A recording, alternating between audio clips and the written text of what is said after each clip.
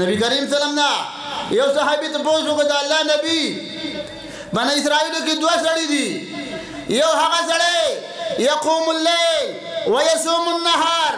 یو هغه سړی دی چې هغه د شپې عبادت کوي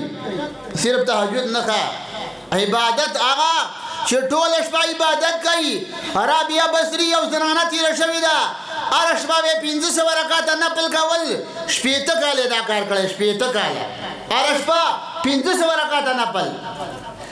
یو سړی هغه دی یقوم الليل د شپې عبادت کوي ويصوم النهار هره ورځ روژه نیسي بل سړی اذا صلى المکتوبه فيجلس ويعلم الناس الخير یو سړی هغه دی یصلي المکتوبه فرض منځ وکي بس بیا درې خوره کي خلکو ته قرآن کوي خلکو ته دین کوي ایهما افضلو ای د الله نبی فتوا راکړه د نبوت په رڼا کې یو سړی بزرګ دی او یو سړی عالم دی کوم سړی بهتر دی د الله نبی فرمایي الذي اذا صلى المكتوبه ثم يجلس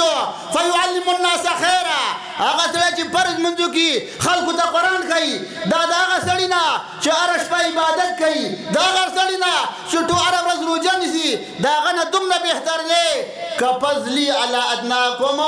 د الله نبی وایي لکه زه چې په تاسو صحابو کې د کمزوري صحابي درجه د هغه نه بهتر یم